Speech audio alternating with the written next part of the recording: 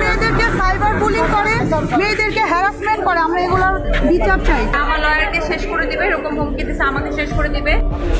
তো আমরা ওনার জামিন বাতিল চেয়েছি, জামিন যেন না হয়, আর আমরা ওনার রিমান্ড চেয়েছি 7 দিনের।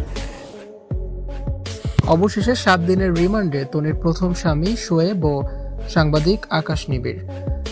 তনির করা মামলায় মধ্যরাতে গ্রেপ্তার করা হয়েছে তনির প্রথম স্বামী শোয়েব এবং সাংবাদিক আকাশ নিবিড়কে।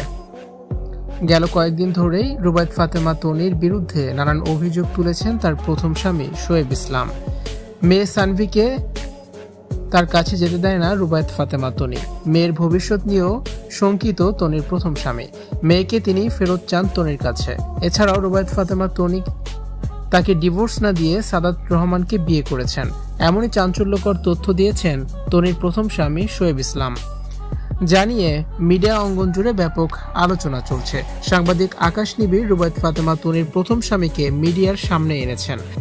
কয়েকদিন আগে শোয়েব ও আকাশ নিবিড়ের নামে মামলা করেছেন রুবায়েত ফাতেমা তনি। শেষমেশ গতকাল রাতে দুজনকেই গ্রেপ্তার করেছে পুলিশ।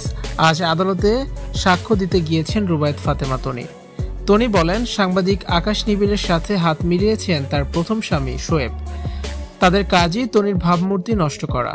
মূলত আকাশ নিবিড়কে 12 লক্ষ টাকা চাঁদা না দেয়ায় তনির বিরুদ্ধে উঠে পড়ে লেগেছে আকাশ নিবিড় ও তনির প্রথম স্বামী।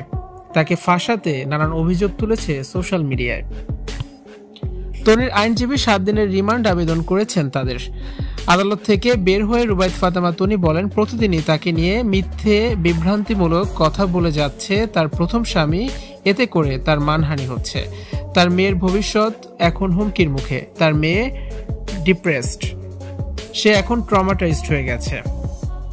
মেয়েকে কোনোদিনও ভরণ পোষণ দেয়নি তার স্বামী শোয়েব। সবকিছুই তনি একা বহন করেন। এখন তনির ক্ষতি সাধন করতেই সবাই একটা চক্রে পরিণত হয়েছে। ভিউয়ার্স, তনির প্রথম স্বামী যে 7 দিনের রিমান্ডে যাচ্ছে, এটা নিয়ে আপনাদের কি মতামত জানিয়ে অবশ্যই কমেন্টস করুন আর ভিডিওটি শেয়ার করার অনুরোধ রইল।